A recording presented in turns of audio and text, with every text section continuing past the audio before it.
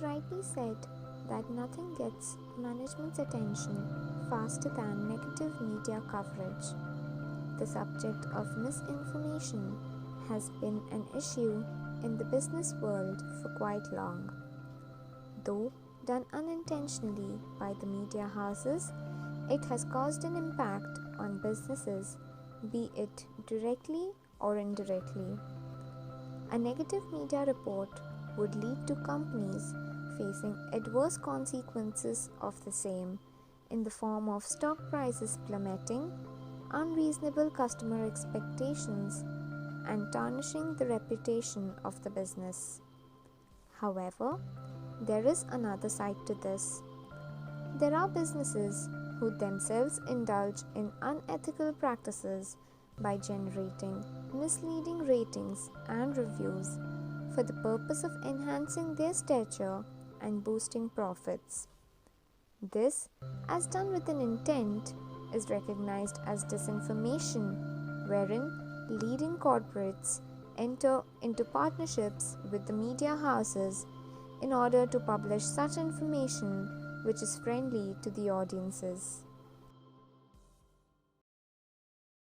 The COVID-19 pandemic has had a worldwide impact on the economy, on the healthcare infrastructure, and essentially on the way we go about our life. Not only being a deadly pandemic, COVID 19 is also termed as an infodemic. Living in a world of social media, the pandemic brought about a new surge of misinformation. Be it the conspiracy theories surrounding the origin of the coronavirus in China, the Indian home remedies that are supposedly the Ayurvedic cure of the virus, to even myths of girls not being allowed to get COVID vaccination during their periods. The second wave of the pandemic has also seen government propaganda being given more importance than public health and safety. किस बात की लेता है ये vote हैं? दुनिया को मारने के लिए वोट ले रहा है सारे देश बर्बाद कर दिया सबके घर में चिताएं जला दी इसने Underreporting and falsifying of deaths related to COVID has been done throughout the country, either by not counting COVID related deaths that happened at homes or by blaming the deaths on underlying causes. The ground reality of the situation is way different than what is projected by the government. Oxygen की crisis Delhi के अंदर है, UP के अंदर ना के बराबर है. The situation in Meerut is so grim that even hospitals have completely given up. At Newtima Hospital in Meerut, the notice has been pasted here. We are not getting oxygen supply from the suppliers. Hence, we are requesting family members of those patients who are on oxygen support, please take their patients to other hospitals for. The ongoing Kumbh Mela to please the majority, election rallies across the nation, the indifference of the government in providing proper resources for its people just proves one thing to me. Government workers and the rest of India are living in two different countries. Many social media websites usually struggle to maximize user engagement while minimizing the amount of misinformation shared and reshared. The stakes are usually high for Facebook, Twitter, and their rivals, which generate most of their revenue from advertising. Viral content leads to higher user engagement, which in turn increases their revenue. But content management algorithms designed to maximize user engagement may inadvertently promote content of dubious quality, including fake news, which was typically the case in the boycotting of Pepsi products. When it comes to a business facing severe consequence due to a fake news, the boycotting of Pepsi product by Trump supporters over some fabricated statement circulating on social media during the US presidential election is a benchmark event. Twitter users claimed Pepsi's CEO Indra Nooyi told Trump fans to take their business elsewhere. However, this was later discovered to be not true. This news led to a major dip of around 35% in Pepsi's stock price, as shown in the graph, and following this, despite clearing the rumor, the sales in the subsequent month had been Pepsi's lowest. This shows that it was significantly ahead as the single most damaging incident for Pepsi. This is just one example out of many. Whether it's faking a letter from a chief executive to alter a corporate strategy or staging a car crash to imply a faulty vehicle, fake news that generate headline can and has hurt a company's bottom line, pushing the stock price down and setting off a public relation nightmare that is in many cases irreversible. It is therefore crucial for corporations to understand the various stakeholder perceptions, both genuine and false, that make up their overall reputations.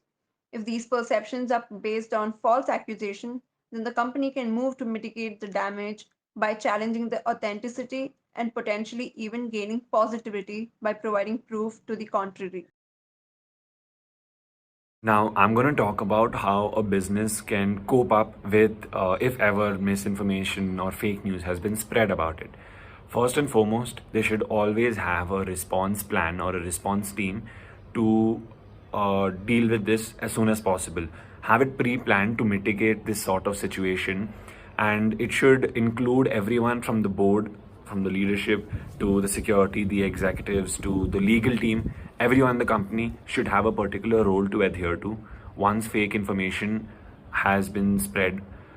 This is just solely for the fact that it can be quelled down as soon as possible if everyone works towards getting the right information out. The next important step would be to figure out the source of the misinformation. It could probably just be a misinformed journalist who's probably under a deadline to submit or publish a certain article. But throughout history, we've noticed that it's usually your competitors, activists, or plaintiffs who solely have the motive of hurting your organization just so that they can flourish as an individual or as an organization.